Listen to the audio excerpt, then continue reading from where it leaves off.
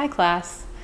I'm going to go over the discussion questions that refer to Nathaniel Hawthorne's The Birthmark. It is the story of Almir, who is a scientist, and his wife, Georgiana, and his quest to remove the birthmark that is on her face. That is the thing that troubles him. And she didn't even realize it when they were married, that birthmark bothered him. The birthmark looks like a tiny crimson hand. Some people say it is the mark of a fairy that maybe pressed it onto her cheek and that it has some magical powers. Some people believe it enhances her beauty.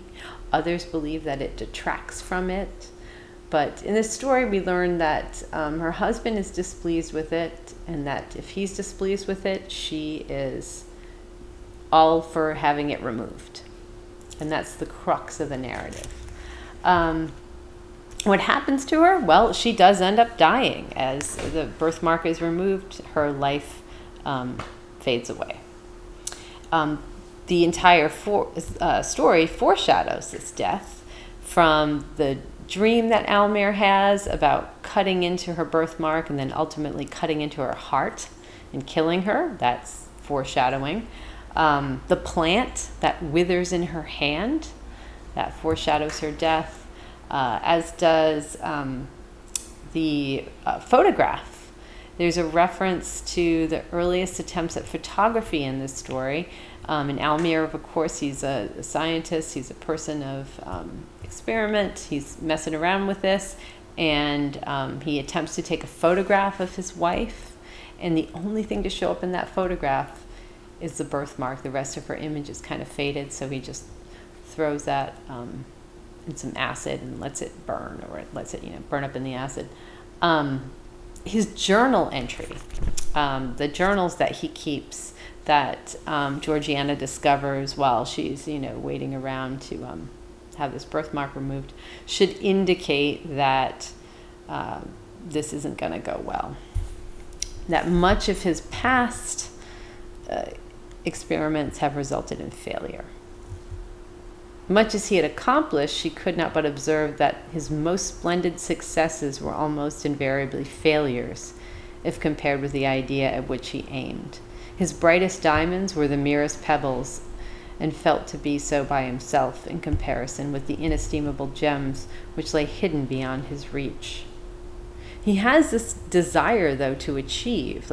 He is an ambitious man. I'll read a little bit more from that same paragraph. It's on the top of 385. It was a sad confession and continual exemplification of the shortcomings of the composite man, the spirit burthened with clay and working in matter, and of the despair that assails the higher nature at finding itself so miserably thwarted by the earthly part. Perhaps every man of genius, in whatever sphere, might recognize the image of his own experience in Almir's journal. And in this part, the Hawthorne seems to be, suggesting that we as humans kind of have this desire to achieve, this ambition. Aminadab is Almir's assistant, and he is described in a very interesting way. I'll read from the text of his description. Forthwith there issued from an inner apartment a man of low stature, but bulky frame, with shaggy hair hanging about his visage, which was grimed with the vapors of the furnace. He's hunched over, he's bulky, he's hairy, he's dirty. He represents in some ways nature.